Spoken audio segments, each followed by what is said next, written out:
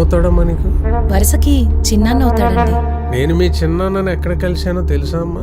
సత్యవరం జాతర. ఆ రోజు ఎదటోడిని కొట్టడంలో ఆయన చూపించిన శ్రద్ధ చాలా గొప్ప విషయం. ఇంకోసారి నేను మీ చిన్నాన్నగారిని ఎక్కడ కలిసానో తెలుసా అమ్మా? ఓ బ్రోతల కోసం మా పోలీసుని కొడుతుంటే ఆయన ఆపడానికి మధ్యలోకి వెళ్తే నన్ను కూడా తోసాడు. పోలీసు మాయా, దెబ్బలు పెద్దగా ఆడలేదు. నేను కొంచెం గట్టిగా ట్రై చేయి. మనిషిలో బీపీ, షుగర్, కొలెస్ట్రాల్ కొనడానికి మిషన్లు వచ్చాయి. మూర్ఖంతో కొనడానికి ఇంకా రాలేదు. ఒకరు ఉంటే నీ విషయంలో బోర్డర్ దాటేస్తుంది. నాకు ఒక అమ్మాయి చాలా బాగా అనిపించింది. ఎవరు చిన్నాన్న అమ్మాయి?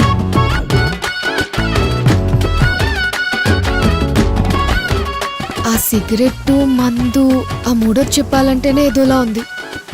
మానేయచ్చు కదా. ఈ రోజు నుంచి మందు, సిగరెట్ అన్నీ బంద్.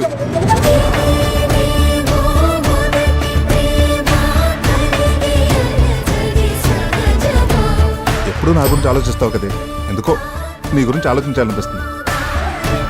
ఏదో అమ్మాయి అంట పడుతున్నట్టున్నావు.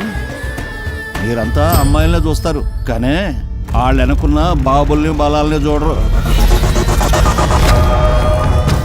అప్పుడే నేను వాడిని కూర్చోబెట్టి వాడికి అర్థమయ్యేలాగా చెప్పుండాల్సి. అప్పుడు నేను చెప్పలేదు, ఇప్పుడు ఆడింటలేదు. నన్ను వద్దనుకున్న వాళ్ళు ఎవరి కోసం నేను ఆలోచించను, బాధపడను. ఆడిని ఎప్పుడు ఎలా కొట్టాలో నాకు వదిలేయండి.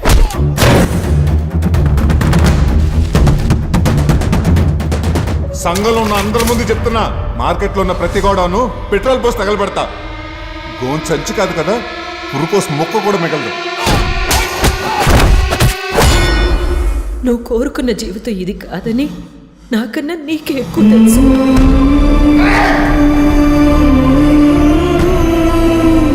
బతుకున్నంతకాలం ఈ బాధను అనుభవించాల్సిందే. చచ్చే రోజు వచ్చేదాకా చావు కోసం ఎదురు చూడాల్సిందే.